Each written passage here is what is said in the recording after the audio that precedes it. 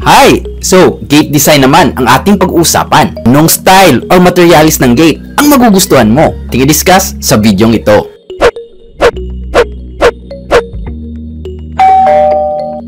Welcome back again sa ating channel. This is your Kuya Architect at kung hindi pa, please do support this channel by clicking subscribe. Pakipindot na rin ang notification bell para updated ka sa ating mga bagong videos. Well, nanggaling na tayo sa fence design. Kung hindi pa, pwede nyong panoorin later after this video. We'll put the link on the comments below. Okay?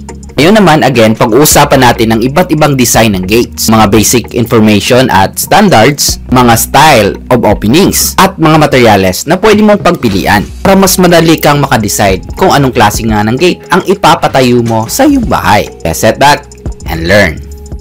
Gate design ideas.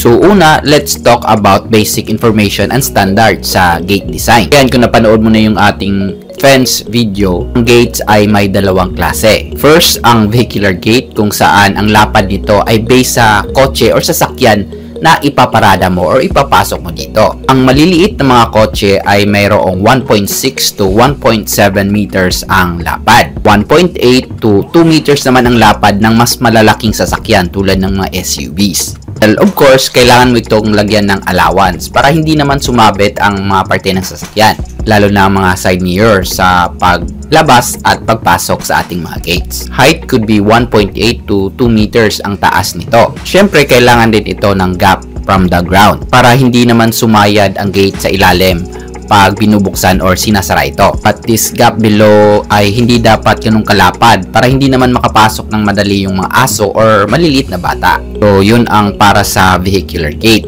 And then, may tinatawag tayong wicket gate or yung daanan naman ng tao. Pwede itong separate or pwede ring kasama mismo sa vehicular gate gaya ng mga ito. Ideally, pwedeng 0.7 hanggang 0.8 ang lapad ng gate na ito para daanan ng mga tao. But for grander and aesthetic effect, pwede namang mas malapad doon ang gamitin mong wicket gate. Now, after we discuss basic dimensions, pag-usapan naman natin ng iba't ibang design ng gate based sa opening nito. So, base kung paano ito nabubuksan or nasasarado. So, i-discuss natin sila isa-isa. Una, ang pinaka-conventional, ang pinaka-simple sa lahat, ang swing gate. So, basically, itong gate that swings open outward. So, kung walang problema sa clearance sa harapan or walang masasagi sa gilid, kung yung gate ay hindi nakaka-obstruct sa driveway or sa daan, pwede itong simpleng gate na ito. Again, simpleng gawin at less hassle pa sa maintenance. Pwede itong single swing kung hindi naman masyadong malapad yung opening. Or pwede ring double swing or magkabilaan yung bukas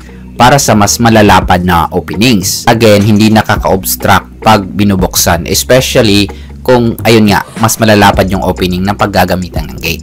Second type naman ang folding gates. Kung medyo malapad yung opening at hindi mo maaring mabuksan ang gate sa isang side nito, meaning doon lang sa isang side pwedeng buksan yung gate. Then, lagyan mo ng hinge sa gitna ang dalawang panels. So, it can fold in one side. Ayan ang ganitong gate.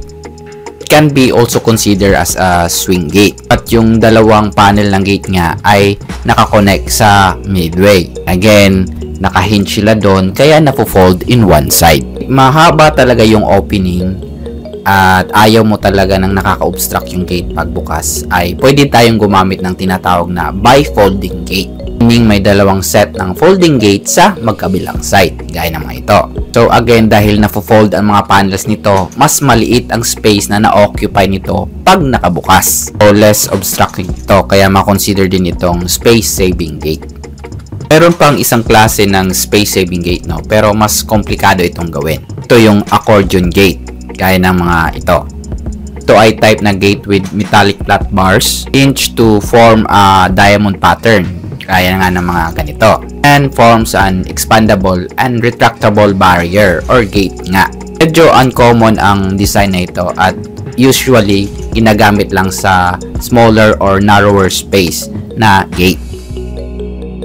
So, after we talk about swing and folding gates, pag-usapan naman natin ang mga sliding gates. Kung ayaw mong maka-obstruct yung gate mo pag binubuksan, especially sa harapan, sa mga sasakyan na papasok or sa mga taong dadaan. And you can use the sliding gates. Ang conventional na sliding gates ay may roller sa baba at may upper and lower track para i-guide ang gate na ito to slide in one side. Either papasok ito sa likod ng wall or another panel ng gate. Pero yung dalawang panel mismo ang mag-slide in one side or bigger openings. Ding type ng mga sliding gate na hindi lang nagsaslide parallel sa wall ng gate. Hindi sila mag-retract o mag-slide 90 degrees. Parang isang tren na lumiliko, gaya ng mga ito. Medyo complicated lang ito kasi gagamit tayo ng mga reticulated panels, having multiple hinge panels para mas madaling lumiko. Again, mas komplikado pero may mga taong talagang gusto ng kakaibang gate para sa kanila.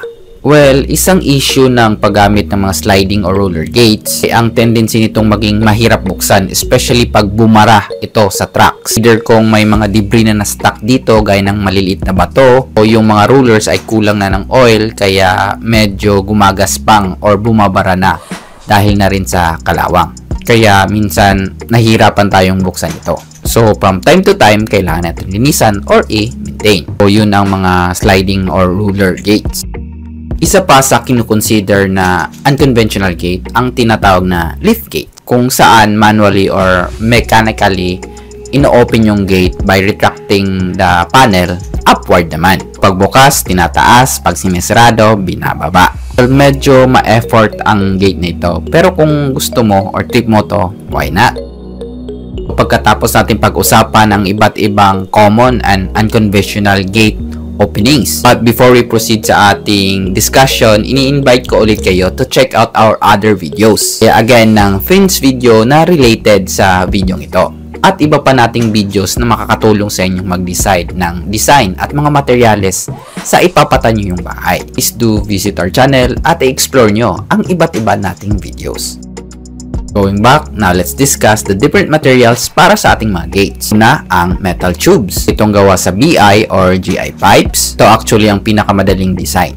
Since hindi ito gaano ka-ornate at madaling i-purchase ang mga BI at GI pipes dahil widely available ito sa mga hardware sa ating areas. Two main design na pwede mong pagpilian pag gagamit ka ng materials na ito. It's either horizontal or pahiga or vertical or nakatayo ang layout ng mga tubes sa ating mga gates. Kaya nga pala, ang BI at GI pipes ay kailangan ng mga rust protection primers gaya ng red lead or mga epoxy primer para iwas kalawang. Pwede ba yung mga gates natin ay exposed sa weather, kaya kailangan ng mga extra protection na ganun. And of course, you can choose colors for the top coats sa design naman ng ating mga gates. Speaking of rust protection, if meron ka namang budget, go for stainless steel. Kasi nga high ang resistance nito sa rusting and corrosion.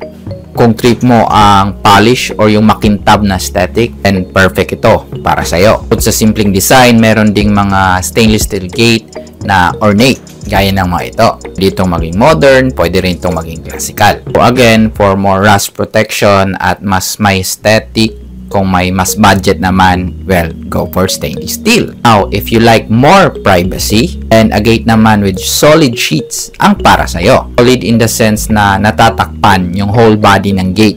Or again, privacy. Di katulad ng mga tubular na may awang or may gap in between. This, you can use GI sheets or mga galvanized iron na sheets. Then, kailangan mo lang itong pinturahan at syempre, lagyan muna ng primer for, again, rust protection. Kung ayaw mo namang magpintura pa, go for the color roof sheets. Ang mga color roof sheets na ginagamit natin sa bubong ay pwede natin gamitin sa ating mga gates. Itong kulay at meron pang design dahil nga meron itong different grooves or mga corrugation.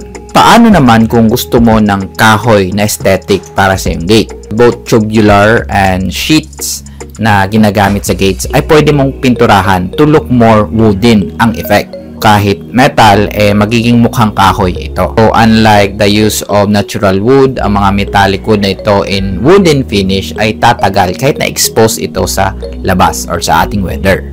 Kung mas may budget ay gumamit ng pisum board na plank type. Ito ay mga plank panels na gawa sa semento at sa fibers or fiber cement board. Again, mukha itong plank ng kahoy pero hindi ito kahoy. Yan ang mga ito. Itong horizontal or vertically pagka-install. At pwede mo itong pinturahan para mas mukha talagang kahoy. ay magkakaroon tayo ng separate video for this material para ma-discuss natin ang pros and cons nito. Kaya stay tuned. Next, pwede rin gumamit ng angle bars for this type of gate design. Saan ititrim natin ang top part ng angle bar to form an arrow top ng ating gate. Serves as a security feature kasi nga magdadalawang isip ng akyatin ito ng magnanakaw kasi matulis yung tip ng gate na ito. And lastly, we have the use of solid bars naman. Yung 12mm to 16mm diameter na mga solid bars. And usually, vertically ang pagka-install ng mga railings na ito. So, para naman hindi magmukhang rehas ang gate natin, lagyan ito ng mga decorative features like circles, curves, and twisting designs. Pwede ring lagyan ng mga spear details or yung parang matulis na tape gaya ng ankle bars. And for security purpose naman. Yun ang iba't ibang klase ng gates based sa openings at materyales na pwede mong pagpilian. Nakatulong ang videong ito para maliwanagan ka sa topic na ito. Then, check out our other videos. Baka makatulong. Kung may katanungan at may opinion, pwede nyong ilagay doon sa comment below. Please do leave a like, share, and of course, kung hindi pa, please do subscribe. And ito ang yung Kuya Architect. Salamat sa panonood and see you sa ating next video. Bye!